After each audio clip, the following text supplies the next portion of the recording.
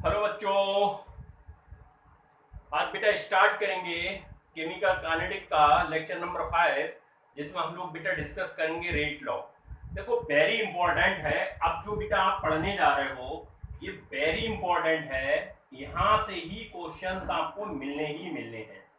यहीं पर हम लोग ऑर्डर को सीखेंगे। ऑर्डर ऑफ रिएक्शन क्या होता है, रेट लॉ बेटा क्या होता है, रेट और रेट कांस्टेंट में डिफरेंस क्या होता है, ये सब टॉपिक हम यहाँ कवर करेंगे। तो बेटा देखो रेट लॉ होता क्या है। बेसिकली रेट लॉ सबसे फर्स्ट ये है बेटा, ये एक्सपेरिमेंटल कॉन्सेप्ट है। रेट लॉ क्या है बेटा, एक्सपेरिमेंटल कॉन्सेप्ट है। जैसे मान लो बेटा एक इक्वेशन दी है x A plus y B will give product, ये इक्वेशन दी है।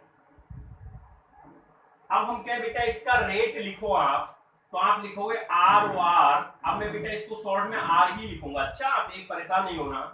तो ये आर ओ आर बेटा इक्वल टू होता है के कंसंट्रेशन ऑफ ए।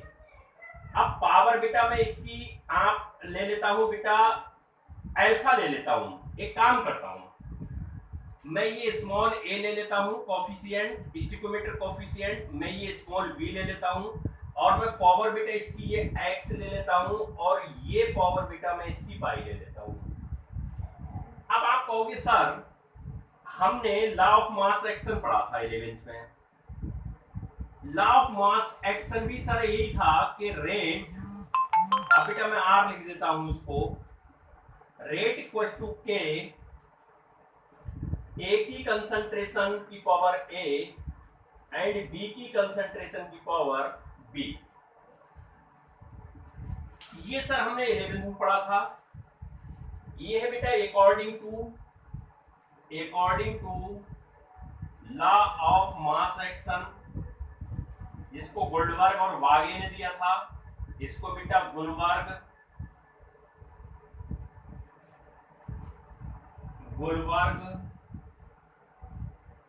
एंड वागे ने दिया था। और ये बेटा है रेट लॉ। दोनों में डिफरेंस बेटा ये है, ये एक्सपेरिमेंटल है, एक्सपेरिमेंटल है, कॉन्सेप्ट है, और ये बेटा थ्योरेटिकल कॉन्सेप्ट है, थ्योरेटिकल कॉन्सेप्ट है। दोनों में बेसिकली बेटा डिफरेंस क्या है, दोनों में डिफरेंस ये है कि एक बेटा एक्सपेरिमेंटल कॉन्सेप्ट है जिसको रेट लॉ कह रहे हैं, और बेटा एक लॉ ऑफ मास एक्शन है जो कि थ्योरेटिकल कॉन्सेप्ट है। ये बेटा सिंपलेस्ट रिएक्शन पे लगता है। सिंपलेस्ट रिएक्शन पे तो बेटा ये ठीक है, लेकिन अगर कॉम्प्लेक्स रिएक्शन ले लें, एलिमेंट्री रिएक्शन पे तो बेटा ये सही है। सिंपलेस्ट रिएक्शन एलिमेंट्री एक ही बात है। अगर बेटा कॉम्प्लेक्स रिएक्शन ले लें तो बेटा ये नहीं लगेगा। देखो लॉ ऑफ मास एक्शन बेटा क्या है, किसी भी रिएक्शन की रेट जो होती है वो रिएक्टेंट की कंसंट्रेशन के जो बेटा पावर होती है वो मोल्स के डायरेक्टली प्रोपोर्शनल होती है। ये बेटा लॉ ऑफ मास एक्शन है। यहाँ पर बेटा देखो आपने कंसंट्रेशन की पावर x और y ली है, यहाँ पर x y नहीं है। अब दो पॉसिबिलिटी बनती है, x a के इक्वल हो भी सकता है, y b के इक्वल हो भी सकता है, और x a के इक्वल नहीं भी हो सकता है, y b के इक्वल नहीं भी हो सकता है। मतलब स्टिकोमेट्रिक कोएफिशिएंट बेटा जो होते हैं वो रेट लॉ एक्सप्रेशन में इक्वल हो भी सकते हैं और इक्वल नहीं भी हो सकते हैं। क्योंकि ये एक्सपेरिमेंटल डाटा है, आपको हर हाल में बेटा एक्सपेरिमेंट करके ही रेट लॉ लिखना पड़ेगा। अगर आप एक्सपेरिमेंट नहीं करोगे तो बेटा रेट लॉ एक्सप्रेशन RLE से कहते हैं वो आप नहीं लिख पाओगे। तो क्या दोनों बातों में क्लियर आपको डिफरेंस समझ में आ रहा है? डेफिनेशन सिमिलर लग रही है, बट डिफरेंस ये है बेटा कि यहाँ पर जो मोल होते हैं ये हम एक्सपेरिमेंट से देखते हैं, और यहाँ पर बेटा जो मोल होते हैं वो स्टिकोमेट्रिक होते हैं। कौन से होते हैं?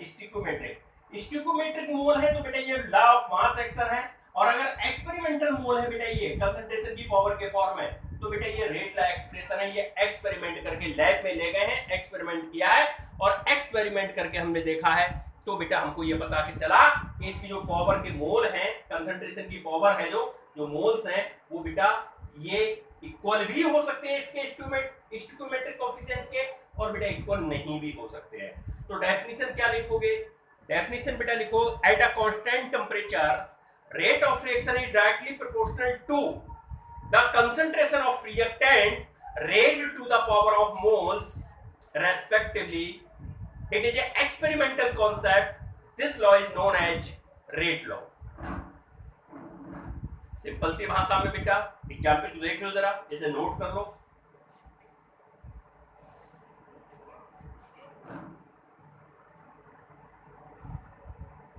अब जैसे बेटा हम एक इक्वेशन दे दें आपको, धीरे धीरे समझ में आएगा। कॉन्सेप्ट थोड़ा अच्छा है, आराम से आप समझो, टेंशन नहीं लेना है। अगर समझ नहीं पाओगे तो क्वेश्चन नहीं लेंगे तुमसे, ये बता रहा है। आओ से काम नहीं चलने वाला है, पढ़ाई करने से ही काम चलने वाला है। मान लो बेटा कि हमने इक्वेशन ये दे दिया 2a + v will give product. अब हम कह रहे हैं रेट लॉ एक्सप्रेशन इसके लिखो, तो आप कहोगे R = k a⁴x and b⁴y। ये बेटा इसका रेट लॉ एक्सप्रेशन है, इसको कहते हैं RLE। कहोगे सर आपने यहाँ 2 क्यों नहीं लिखा? यहाँ तो कोएफिशिएंट 2 है लॉ ऑफ मास एक्शन के अकॉर्डिंग। तो बेटा ये 2 हो भी सकता है और 2 नहीं भी हो सकता है, इसलिए मैंने x लगाया है, क्योंकि हमको एक्सपेरिमेंट करना है। x की वैल्यू क्या है, y की वैल्यू क्या है, इस इक्वेशन को लैब में ले जाएंगे। लैब में ले जाके बेटा कंसंट्रेशन एक की फिक्स करेंगे, एक की चेंज करेंगे, फिर एक की फिक्स करेंगे, एक की चेंज करेंगे, तब देखेंगे रेट पर क्या फर्क पड़ रहा है।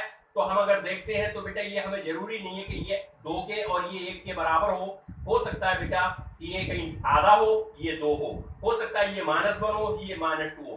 क्योंकि बेटा जो आपकी ऑर्डर होती है ना रिएक्शन की, वो बेटा आपकी ऑर्डर जो रिएक्शन होती है वो बेटा माइनस में भी हो सकती है, प्लस में हो सकती है, जीरो भी हो सकती है और फ्रैक्शन भी हो सकती है। तो रेट लॉ एक्सप्रेशन सबसे पहला काम है आपको लिखना आना चाहिए। कोएफिशिएंट से बेटा कोई लेना देना नहीं है, रिएक्शन बैलेंस है या अनबैलेंस्ड है। हो सकता है कोएफिशिएंट के इक्वल भी हो x y की वैल्यू, हो सकता है बेटा इक्वल ना हो। जैसे मैं आपसे एक रिएक्शन और दे दूं, मैं कहूं a + b + c will give product. मैं कहूं इसके रेट लॉ एक्सप्रेशन लिखो, तो रेट लॉ एक्सप्रेशन बेटा लिखोगे तो k = a⁴x b⁴y and z⁴ बेटा z⁴c है ना बेटा, c⁴z। ये बेटा इसका है रेट लॉ एक्सप्रेशन, इसको कहेंगे RLE। Rate law expression. क्या बात है, समझ में आ रही है? यहां क्या क्या है बेटा, जरा इसको बात कर लेते हैं। R क्या है बेटा? R है rate of reaction, rate of reaction. K बेटा क्या है? K है रेट कांस्टेंट। इसको बेटा कुछ बुक्स में वेलोसिटी कांस्टेंट भी लिखा है, इसको बेटा कुछ बुक्स में रेट रिएक्शन, कुछ बुक्स में बेटा इसको स्पेसिफिक रिएक्शन रेट भी लिखा है। तो कुछ भी नाम हो एक ही बात है बेटा। अच्छा यहां बेटा ए और बी क्या है? ए है बेटा molar concentration of A, B बेटा क्या है? Molar concentration of B. X बेटा क्या है? एक्स है order of reaction with respect to A, और बाई बेटा क्या है? Order of reaction with respect to B. और अगर x + y, जिसको मैं बेटा अब एन कहूंगा, दोनों का समेशन, इसको कहोगे तो ये है ओवरऑल ऑर्डर ऑफ रिएक्शन। ये बेटा ओवरऑल ऑर्डर ऑफ रिएक्शन। तो चीजों को समझने की कोशिश करो। इस इक्वेशन में कहां क्या क्या है बेटा, मैंने वो आपको सिखाया है। इसमें अगर बात करें तो R rate of reaction, K बेटा वही हो जाएगा। A क्या हो जाएगी? Molar concentration A, B molar concentration B, C molar concentration C। X बेटा order of reaction with respect to A, y order of reaction with respect to v, z order of reaction with respect to c, x plus y plus z बराबर बेटा हो जाएगी overall order of reaction. अब ये order क्या है इसके बारे में अभी बेटा पढ़ेंगे। पहले अपना एक बार ये सीख लो कि रेट लॉ एक्सप्रेशन कैसे लिखते हैं। रेट लॉ एक्सप्रेशन में बेटा ये जरूरी नहीं है कि जो स्टिक्योमेट्रिक कोफिशिएंट दिए हैं इक्वल हो, उसके पावर के इक्वल हो भी सकते हैं और इक्वल नहीं भी हो सकते हैं, इक्वल हो भी सकते हैं और इक्वल नहीं भी हो सकते हैं। ये बेटा जरूरी नहीं है, ये तो आपको एक्सपेरिमेंट करने के बाद ही पता चलेगा कि भाई इक्वल है या नहीं है। बात क्या क्लियर है यहां तक? अब बेटा एक जनरल रिएक्शन लेते हैं और उस जनरल रिएक्शन में जरा थोड़ी के बारे में बात करते हैं। पहले एक जनरल रिएक्शन लेते हैं और उसमें बेटा थोड़ी सी बात करेंगे किसके बारे में? के बारे में। के बारे में थोड़ी बात करेंगे। के बारे में बेटा बात करते हैं। के है क्या? के बच्चों क्या होता है? के होता है बेटा रेट कांस्टेंट। क्या होता है बेटा? Rate constant. तो के बारे में बात करेंगे। चलो देखो, तो एक इक्वेशन ले लेते हैं बेटा, जैसे हमने ले ली a plus B will give product, ये ले लिया बेटा। पहले इसका आर एल लिखो बेटा।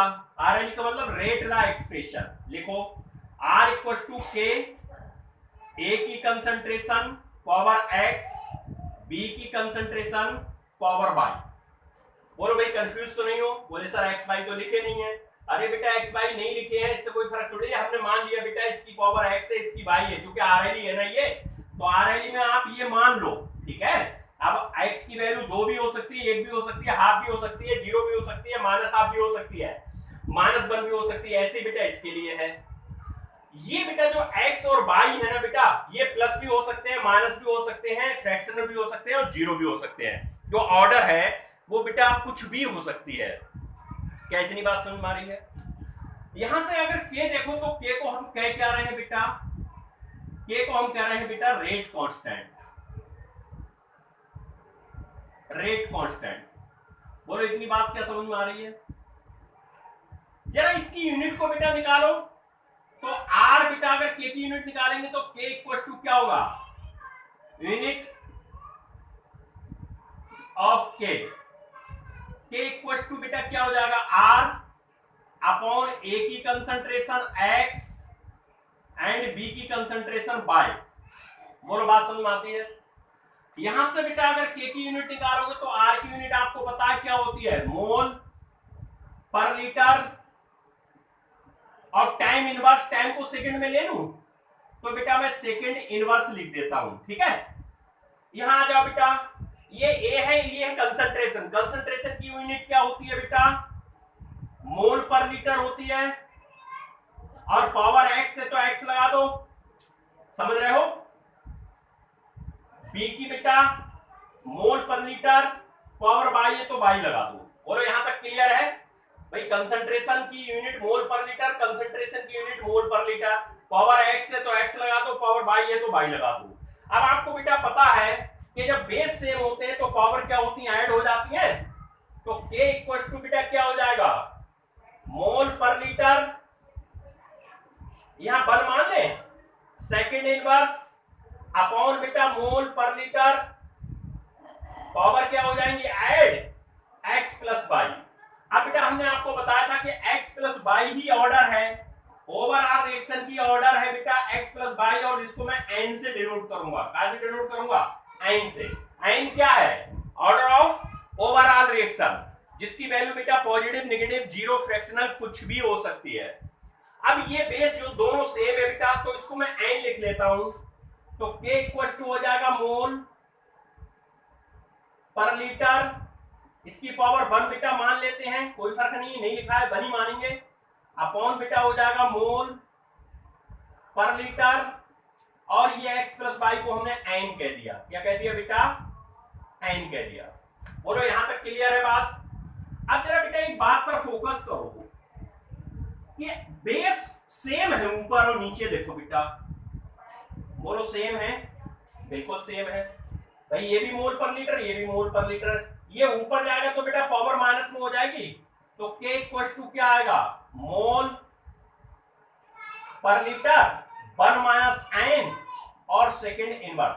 अगर टाइम सेकंड में है तो आप बेटा सेकंड इनवर्स ले लो, मिनट में हो तो मिनट इनवर्स ले लो, आवर में हो तो आवर इनवर्स ले लो। ये बेटा है यूनिट काय की, ये है यूनिट ऑफ के। जरा क्लियर हुआ तुम्हें या बच्चों नहीं हुआ? क्या इसको ओपन करके हर के ऐसे भी लिख सकते हो बेटा? देखो K इक्वल टू मोल की पावर 1 माइनस n। अब बेटा ये नीचे है, नीचे से ऊपर जाएगी तो ये हो जाएगा लीटर n माइनस 1, लीटर की पावर n माइनस 1 और सेकंड इनवर्स। सेकंड की जगह बेटा आप मिनट आवर भी ले सकते हो। क्या बात समझ में आ रही? इसको ऐसा लिख सकते हैं, बिल्कुल बेटा लिख सकते हैं, कंफ्यूजन तो नहीं है। तो यूनिट इंपॉर्टेंट है, क्योंकि बेटा यूनिट के की देखकर हम ये बता सकते हैं कि रिएक्शन की ऑर्डर क्या है। हम यूनिट देखकर क्या बता सकते हैं कि रिएक्शन की ऑर्डर क्या है। तो ऑर्डर को फाइंड आउट करने में यूनिट हमारी बहुत जबरदस्त काम आएगी। तो मेरे बच्चों इसको सही से देख लो, समझ लो। रेट क्या होता है वो आप जानते हो, रेट लॉ क्या होता है? रेट लॉ बेटा ये रेट लॉ एक्सप्रेशन है। रेट लॉ एक्सप्रेशन लिखना आपको आना चाहिए।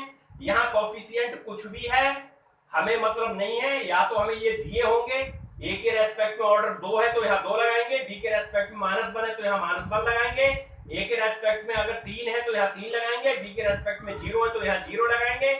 या तो हमें ये दिए होंगे, नहीं दिए होंगे तो के की यूनिट से हम ऑर्डर निकाल सकते हैं किसी भी रिएक्शन की, या फिर हमको डाटा दिया होगा तो बेटा हमको ऑर्डर फाइंड आउट करनी पड़ेगी। तो बड़ी इंपॉर्टेंट है बेटा, पहले इस चीज को लिख लो, नोट करो।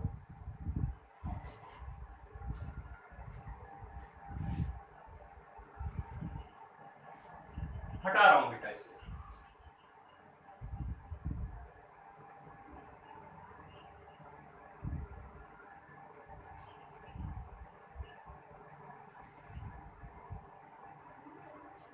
तो यूनिट ऑफ के बेटा क्लियर हो गया। यूनिट ऑफ के क्या था बेटा? मोल पर लीटर की power 1 minus n, time inverse या सेकंड इनवर्स। ये बेटा यूनिट हुई अपनी काय की, के की। अब बेटा जरा देखो,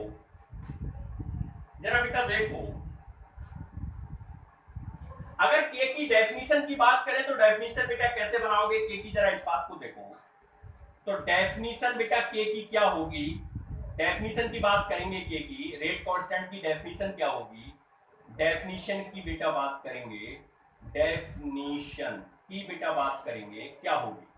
हमने कहा बेटा एक इक्वेशन ले लो, a plus 2a plus b will give product. बेटा इसका रेट लॉ एक्सप्रेशन लिखो। आप रिएक्टेंट को कोफिशिएंट मत देखना, आपको क्या करना है बेटा? ए की कंसंट्रेशन x और बी की कंसंट्रेशन y, क्योंकि बेटा ये एक्सपेरिमेंटल होता है, केवल आप एक्सपेरिमेंट से निकाल सकते हो और आपके पास कोई रास्ता नहीं है। देखकर आप कभी भी ऑर्डर नहीं बता सकते। हाँ बता सकते हो अगर सिंपल रिएक्शन है तो। अगर बेटा ये कॉम्प्लेक्स रिएक्शन हमें तो पता नहीं है अभी ये कॉम्प्लेक्स है या कैसी है, अगर ये सिंपल होती तो बता सकते थे। वो हर के आगे नेक्स्ट लेक्चर में बात करेंगे, पहले बातों को समझने की यहाँ कोशिश करो। तो आप रेट लॉ एक्सप्रेशन में बेटा हमेशा ये एक्सपेरिमेंट में निकालेंगे कि x की वैल्यू और y की वैल्यू क्या है। अब यहां देखो, अगर मैं concentration of A equal to concentration of B बंद कर दूं, यूनिटी कर दूं, मोल पर लीटर। यूनिटी बंद का मतलब होता है बेटा यूनिटी, मोल पर लीटर कंसंट्रेशन में कर दूं, ये कंसंट्रेशन कर दूं दोनों रिएक्टेंट की। तो जरा देखो R किसके इक्वल हो जाएगा?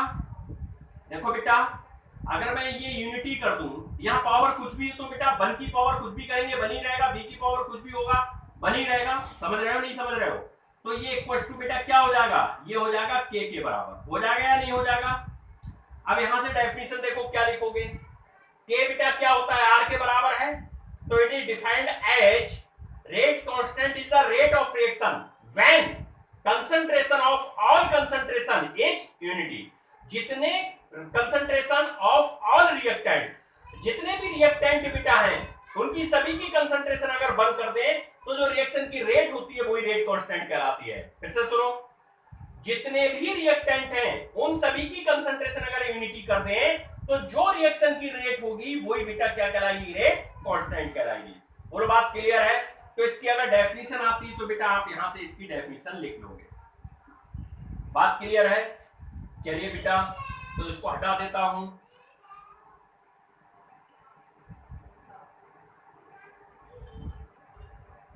अब जरा कुछ बात बेटा करते हैं इसके बारे में कि हमें पता है बेटा रेट कांस्टेंट,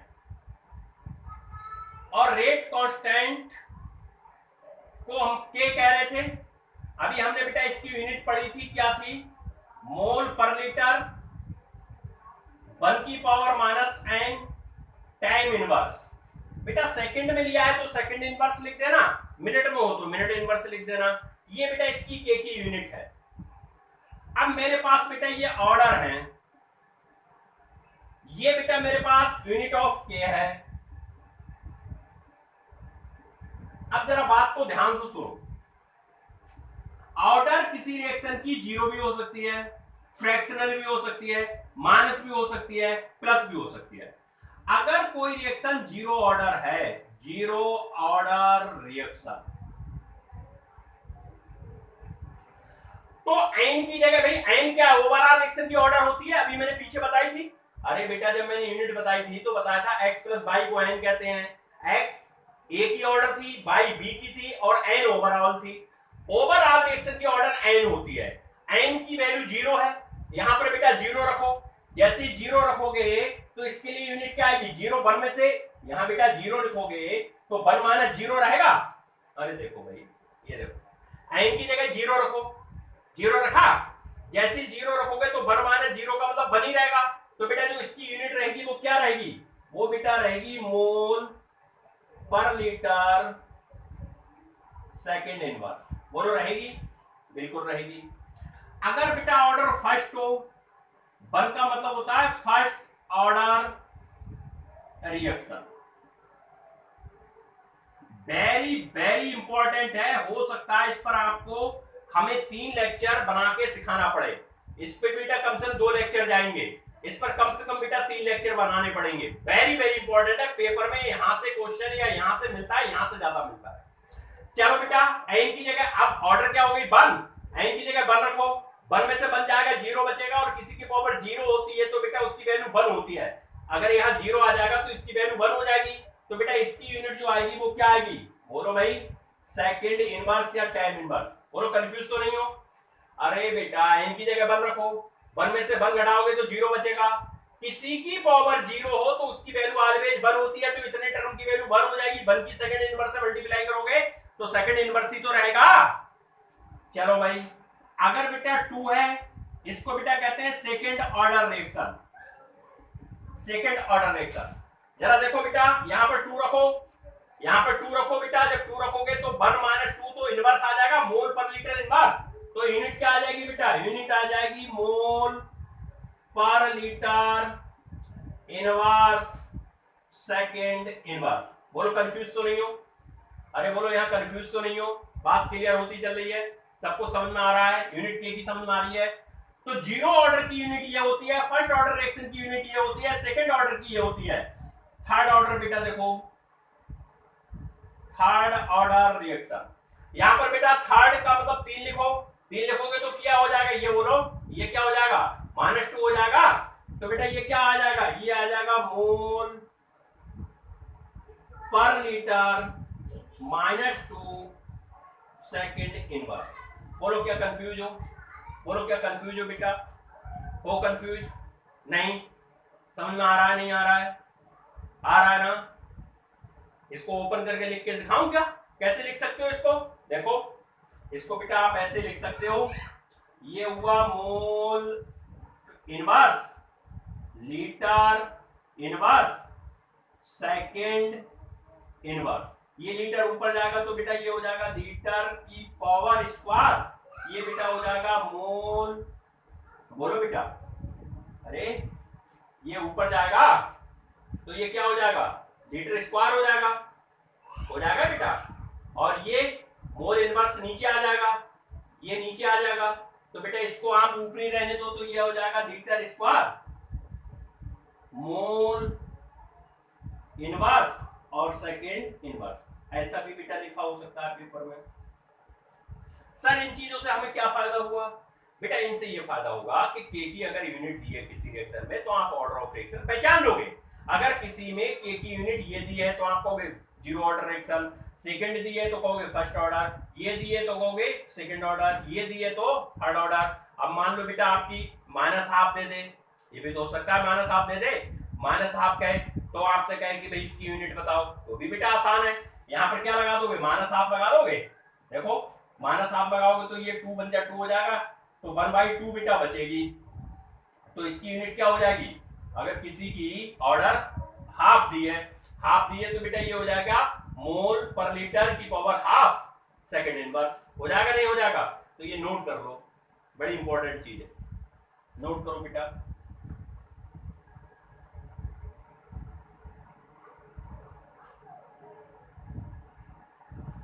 गलती से भी गलती ना हो, अगर आपने गलती से भी बेटा गलती कर दी ना तो आप समझ लेना ऊ आ पेपर में करोगे। केमिकल काइनेटिक बहुत इंटरेस्टिंग चैप्टर है, और अब जो पढ़ रहे हो यहां से क्वेश्चंस आपको मिलने ही मिलने हैं। अगर बेटा आपको ये चीजें कॉन्सेप्ट क्लियर नहीं हुआ या समझने की कोशिश आपने नहीं की तो फिर आपसे क्वेश्चन नहीं लगेंगे, और क्वेश्चन लगाने आने ही चाहिए। चलो भाई इतनी बातें क्लियर हो गई, तो एक बात तो आपको क्लियर हो गई कि भाई जो रेट कांस्टेंट की अगर हमें यूनिट पता चल जाए तो हम ऑर्डर निकाल सकते हैं। एक बात तो ये क्लियर हो गई बेटा, हो गई। रेट कांस्टेंट की यूनिट अपना निकाल लेंगे, कैसे निकाली हमने आपको प्रूफ करके सिखा दी। उसके बाद बेटा हमने आपसे कहा था कि रेट ला क्या होता है, हमने कहा कांस्टेंट टेम्परेचर पर किसी भी रिएक्शन की रेट उसकी कंसंट्रेशन, रिएक्शन में जितने भी रिएक्टेंट हैं उनकी कंसंट्रेशन की रेज टू पावर मोल्स के डायरेक्टली प्रोपोर्शनल होती है। लेकिन बेटा एक्सपेरिमेंटल है, ये एक्सपेरिमेंट करने के बाद पावर लगाओगे, तो हमने इसीलिए एक्स वाई हमेशा लिया है, हमने इक्वेशन में क्या लिखा है वो नहीं लिया है। बात क्लियर हुई। अब बेटा यहाँ पर कुछ बात कर लेते हैं जो कि पेपर में, बोर्ड पेपर में खूब आता है कि रेट और रेट कांस्टेंट में क्या डिफरेंस होते हैं। रेट कांस्टेंट में क्या डिफरेंस होते हैं, तो फर्स्ट तो बेटा डेफिनेशन ही लिख लेते हैं हर के। क्या होती है रेट, क्या होती है बेटा, change in concentration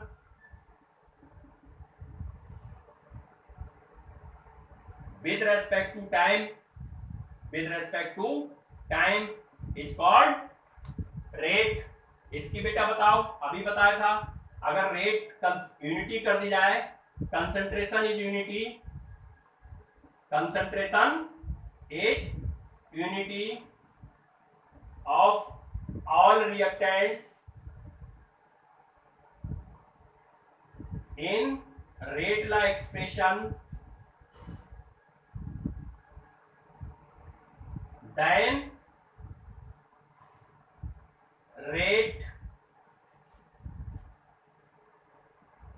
is called rate constant, rate constant। Concentration is unity of all reactants in rate law expression. भाई किसी भी रेट लॉ एक्सप्रेशन में रिएक्टेंट की कंसंट्रेशन को बेटा अगर आप यूनिटी कर दो तो रेट ही बेटा रेट कांस्टेंट कहलाती है। पहली बात समझ में आ गई क्या बच्चों। सेकंड बेटा rate change with respect to time, time के साथ साथ रेट बेटा चेंज होती रहती है। जबकि रेट कांस्टेंट बेटा कांस्टेंट है, तो rate constant is not dependent on time, time पर बेटा ये डिपेंड नहीं रहता। थर्ड यूनिट की बात कर लो बेटा, रेट की यूनिट क्या थी, मोल पर लीटर टाइम इनवर्स, मैं सेकंड इनवर्स ले लेता हूं, और इसकी बेटा यूनिट क्या थी, मोल पर litre 1 minus n second inverse या टाइम इनवर्स। पूरी बात क्लियर है। फोर्थ बेटा rate depends upon concentration except zero order reaction. Zero order हम बताएंगे अच्छा क्या होती है। जीरो ऑर्डर रिएक्शन को छोड़कर बेटा रेट हमेशा कंसंट्रेशन पे डिपेंड करती है, और ये बेटा rate constant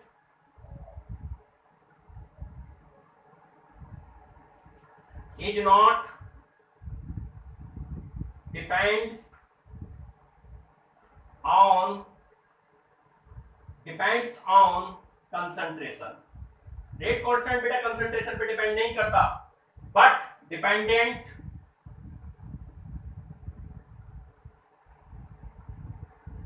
on temperature, activation energy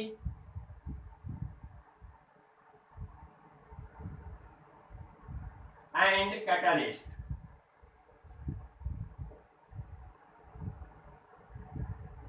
तीन चीजों पे बेटा डिपेंड करता है ये, टेम्परेचर पर, एक्टिवेशन एनर्जी पर और बेटा किस पर, एक्टिवेशन एनर्जी पर और बेटा किस पर डिपेंड करता है, कैटालिस्ट पर।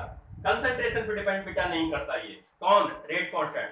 तो चार डिफरेंट है, चार डिफरेंस है बेटा, और ये इंपॉर्टेंट है, बोर्ड लेवल पे क्वेश्चंस यहां से पूछ लेता है, तो आपको ये चारों याद हो। पहला देखो डेफिनेशन लिख दो, रेट क्या होती है, change in concentration with respect to time.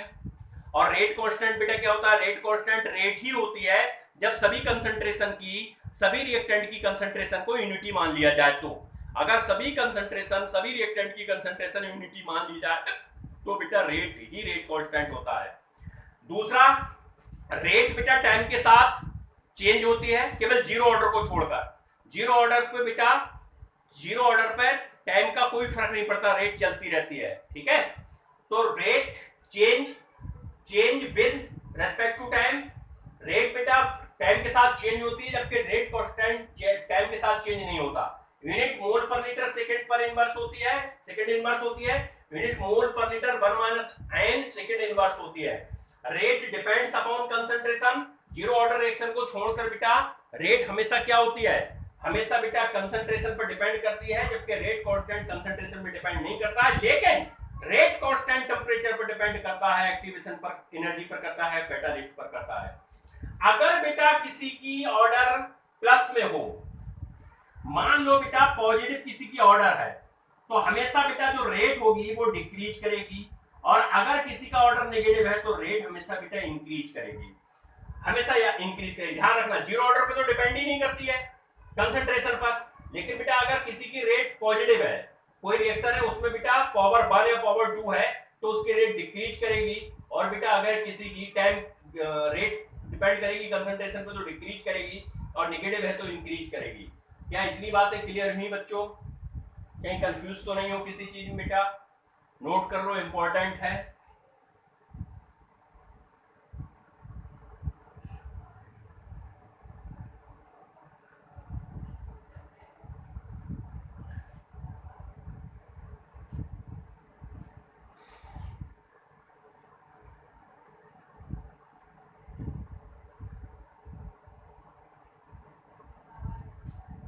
तो बेटा रेट लॉ समझ में आ गया। रेट लॉ क्या है बेटा? एक एक्सपेरिमेंटल कॉन्सेप्ट है, और किसी भी रिएक्शन की जो ऑर्डर है उसको बेटा हर के कैसे कैलकुलेट कर सकते हो, केवल एक्सपेरिमेंट से। भाई हमको डाटा गिवन है तो हम निकाल सकते हैं, हमको बेटा अगर रेट कांस्टेंट की वैल्यू गिवन है, रेट कांस्टेंट की यूनिट गिवन है, तो भी बेटा हम ऑर्डर निकाल सकते हैं। हमने अभी आपको सिखाया था। तो इतनी बातें आपको समझ में आ गई। रेट और रेट कांस्टेंट में क्या डिफरेंस है, रेट ला एक्सप्रेशन कैसे लिखोगे, क्या इतनी बात समझ में आ गई बेटा? अब आता है बेटा ऑर्डर ऑफ रिएक्शन क्या होता है।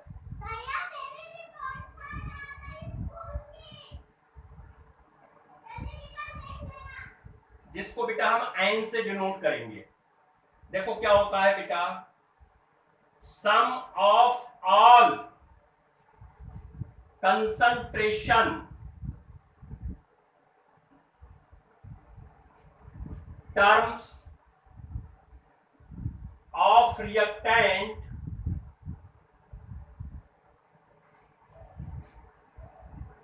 is appearing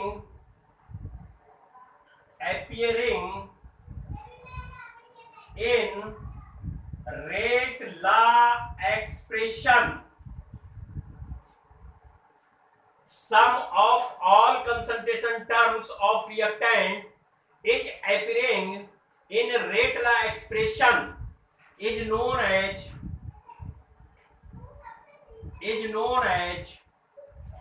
order of reaction. Order of reaction rate law expression में सभी रिएक्टेंट की कंसंट्रेशन का जो टर्म होगा उनकी बेटा जो पावर होगी सम ऑफ ऑल पावर, बेटा ये थोड़ा सा यहां सही कर लो, sum of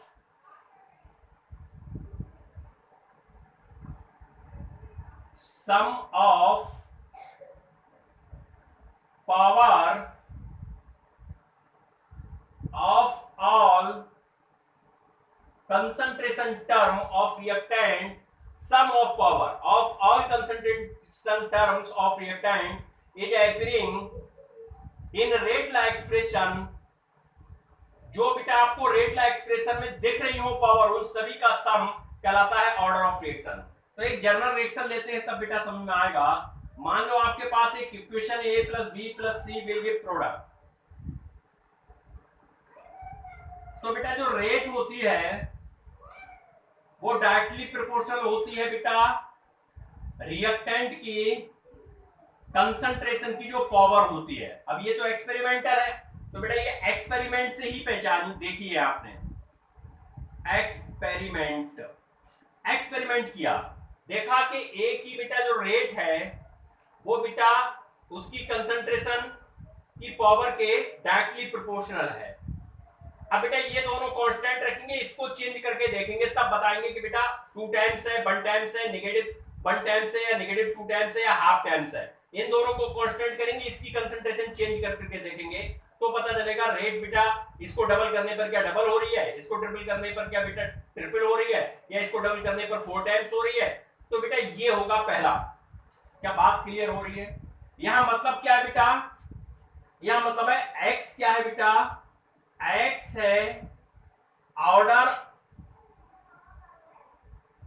of reaction with respect to A, और ये बेटा हो सकती है नेगेटिव, पॉजिटिव, जीरो और फ्रैक्शनल, किसी में बेटा हो सकती है एक्स। अगर बी की बात बेटा करें तो रेट जो होगी वो डायरेक्टली प्रोपोर्शनल होगी बी की पावर बाई के, और बाई बेटा है क्या order of reaction with respect to B. ये बेटा नेगेटिव, पॉजिटिव, फ्रैक्शनल कुछ भी हो सकती है। अगर बेटा सी की इसी प्रकार से बात करें तो सी की बेटा क्या होगा डायरेक्टली प्रोपोर्शनल सी, और मान लो बेटा इसकी पावर जेड है, ये बेटा जेड क्या है, जेड बेटा order of reaction with respect to C है, और ये फ्रैक्शनल हो सकती है, जीरो हो सकती है, नेगेटिव हो सकती है, कुछ भी हो सकती है। क्या इतनी बातें समझ में आ रही है? अगर मैं बेटा इनको देखूं कि रेट सबके इक्वल है तो मैं यहां से बेटा अगर रेट डायरेक्टली प्रोपोर्शनल ए की पावर एक्स, बी की पावर बाई और सी की पावर जेड के लिख दूं, कोई दिक्कत तो नहीं बेटा। तो यहां से अगर मैं रेट लिखूं तो एक कांस्टेंट लेना पड़ेगा जिसको रेट कांस्टेंट कह रहे थे, ए की पावर एक्स, बी की पावर बाई, सी की पावर जेड। बेटा क्या ये रेट ला एक्सप्रेशन है अपना, इसी को हर के आरएलई कहोगे, रेट ला एक्सप्रेशन कहोगे बेटा। अब डेफिनेशन में क्या लिखा है, sum of power of all concentration term, 1 2 3 सब कंसंट्रेशन टर्म है, सम ऑफ पावर बेटा ये है, इनका सम कर लो in rate law appearing in rate law expression है ये, इज नोन एज क्या है ऑर्डर ऑफ रिएक्शन। इसका मतलब बेटा अगर ओवरऑल ऑर्डर ऑफ रिएक्शन की बात की जाए तो x plus by plus Z बेटा होगा, बिल्कुल होगा। ये बेटा जो ऑर्डर है ये किस में हो सकती है बेटा, पॉजिटिव हो सकती है, नेगेटिव हो सकती है, जीरो हो सकती है, या बेटा फ्रैक्शनल हो सकती है। बोलो बात क्या क्लियर है? इसे कहते हैं बेटा ऑर्डर ऑफ रिएक्शन। बोलो कंफ्यूज तो नहीं हो कहीं?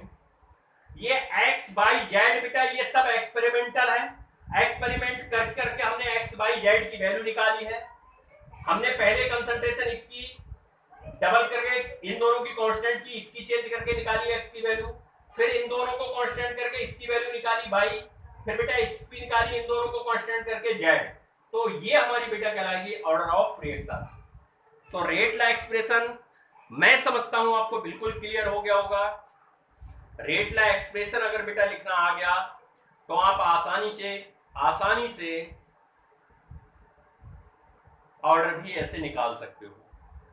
एक्स वाई की वैल्यू या तो डाटा से आप निकालोगे बेटा, या वहां गिवन होगी, ए के रेस्पेक्ट में ऑर्डर 1 है, बी के रेस्पेक्ट में 2 है, ऐसे दिया होगा तो बेटा आपसे रेट पूछ सकता है कंसंट्रेशन चेंज करने पर। तो इतने कॉन्सेप्ट के बाद बेटा आप इनको क्वेश्चंस लगाना है, कम से कम 2 लेक्चर में बेटा क्वेश्चंस लगेंगे रेट लाके। इसको सही से रिवाइज करो, पढ़ो। स्टियोमेट्रिक कोएफिशिएंट देखकर कभी भी रेट ला बेटा नहीं लिख सकते, क्योंकि अगर सिंपलेस्ट रिएक्शन है तुम्हें तो पता नहीं होगी ये सिंपल, या तो वो बोल दे एलिमेंट्री रिएक्शन है तो आप लिख दोगे, अगर नहीं बोला तो बेटा आप नहीं लिख पाओगे। तो हमेशा बेटा रेट का एक्सप्रेशन जब भी लिखो तो जितने भी कंसंट्रेशन टर्म दी उनकी पावर एक्स बाई जेड मान लेना। 2 दिए तो एक्स वाई मान लेना, 3 दिए एक्स बाई जेड मान लेना, 1 दिया तो एक्स मान लेना। फिर जो डाटा दिया होगा उससे आके फाइंड आउट कर लेंगे। तो बेटा इंटरेस्ट जब आएगा अब इसको आप अप्लाई करेंगे क्वेश्चन लगा के, और ऑर्डर पहचानने के लिए आप के की यूनिट को याद रख लोगे, जर्नल यूनिट याद रख लो, उसी से बेटा अपना ऑर्डर भी फाइंड आउट कर लेंगे। ओके बेटा, थैंक यू।